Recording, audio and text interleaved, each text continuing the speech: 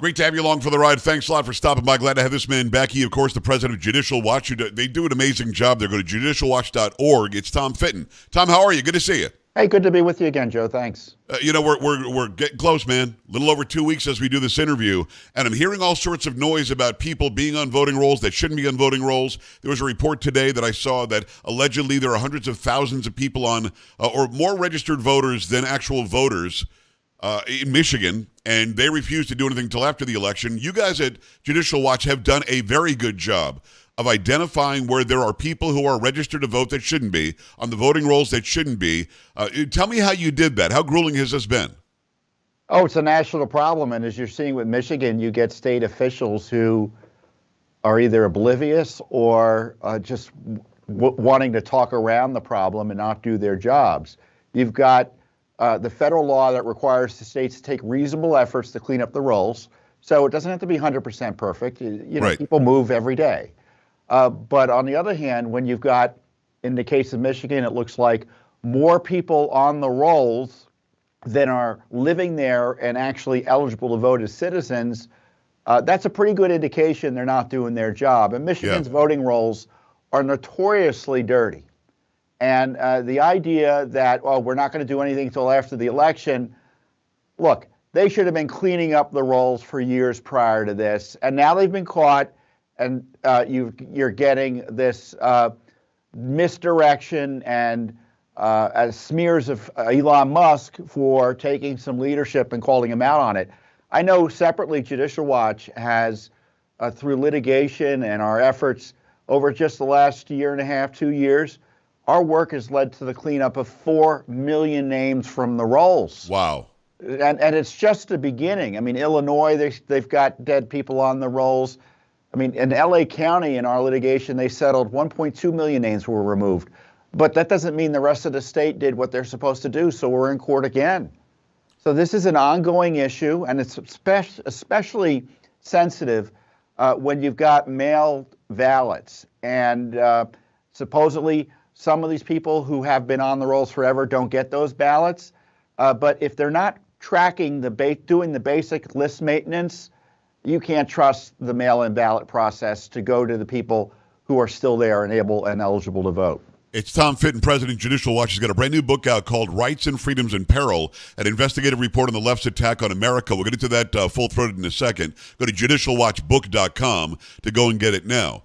So what we saw in 2020 was we were told you're not allowed to even question an election. You can't say fraud or else you're in trouble. We were all censored on Twitter, on Facebook, on everything forever. We were beaten into our heads, Tom, that you're not allowed to even ask it. Now, we know that Jamie Raskin and Maxine Waters and others have been challenging elections forever, and constitutionally, we're allowed to have our representatives challenge the results of an election. But they've beaten us about the head so much that I'm stunned that you were able to do this. I mean, I know why you did it, because you're a strong dude and you believe in what's right is what's right.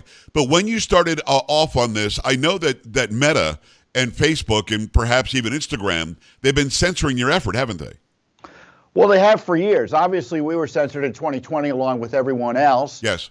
We talked about this case in California. They got YouTube to take down one of our videos over election roll issues and mail-in balloting issues. And just recently, it hasn't stopped. You know, they're pretending, they found God and they're not censoring Americans anymore. They still are.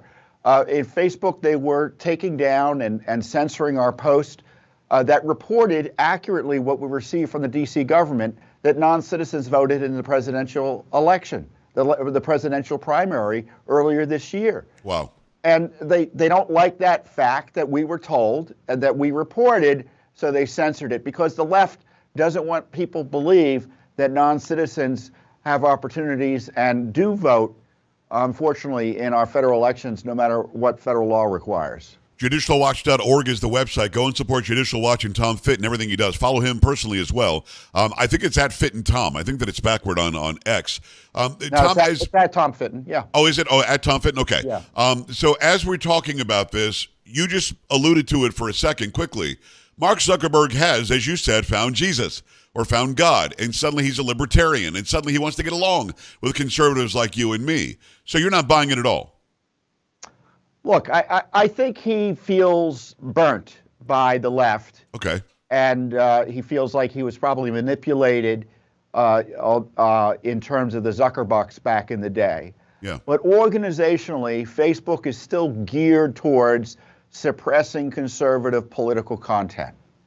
And I've described the specific censorship of yours truly and Judicial Watch. I had a post censored where I highlighted a pro-communist comment by Kamala Harris, and they said that was misleading and censored the post. So it really hasn't stopped. And on their platforms, they are suppressing political content, which necessarily, given the activism of conservatives online, has a disproportionate impact on supporters of President Trump and people who want a conservative public policy and government. Yeah, I had Instagram, another one of his platforms. Obviously, Meta owns that. Mark Zuckerberg owns it. And they completely said false information on one of my posts recently. I literally, Tom, have the vice president saying it in her words when I was reporting. Right. And I said, hello, she's saying it, and they just hit it, and nobody could see it anymore, and it came out of the box fast. So you're right, it's still happening. What do we do? You and I are in media. You and I are a little more known. You're certainly more known than I, but public figures. I've got 600,000 plus over on TikTok, 400,000 plus on Instagram. But anytime they want, they can shut you down. So what do we do about it? And the regular folks out there that don't have access, maybe like we have, because we've got big platforms, they're just being hidden, and nobody can do anything, really? Yeah, you just keep on keeping on. You know, you go where you can go. You fight where you need to fight in terms of the censorship. You demand accountability and redress through your elected officials. I think to the degree the government was involved in this censorship, there are civil rights issues, and to the degree companies are pretending that they're not censoring individuals based on politics, and they're just being even-handed and neutral and following a even-handed principle. To the degree they're lying about that, that's fraudulent, and it should be pursued through consumer and fraud investigations by the various states and that Congress. So there are opportunities there. But I mean, the whole point I kind of raise in the book is it's not just you who gets censored, Joe, or Donald Trump or me. It's everyone who follows us, everyone who follows Trump. So this censorship apparatus, which has at its center the government, and governments at the federal, state, and frankly, it's a transnational effort these days. They're censoring everyone who wants to consume that content and gain access to it. So we're talking tens of millions of Americans, the broadest censorship abuse in the history of the Republic. It is Tom Fitton. Go and follow him at Tom Fitton on X. You can go to judicialwatch.org. Get his book, judicialwatchbook.com, Rights and Freedoms in Peril, an investigative report on the left's attack on America. You said something that makes a lot of sense, but you always make sense. People will claim, well, you don't have First Amendment rights on these platforms. They're owned by individuals. They're owned by separate parties. They're owned by separate entities. It's not the government. But, Tom, that changes when you have proof that the government was contacting them and saying, push this, take that down, censor that guy, hide the laptop. I mean, that's when it changes, right? They become an arm of the government. Therefore, the First Amendment does apply, right?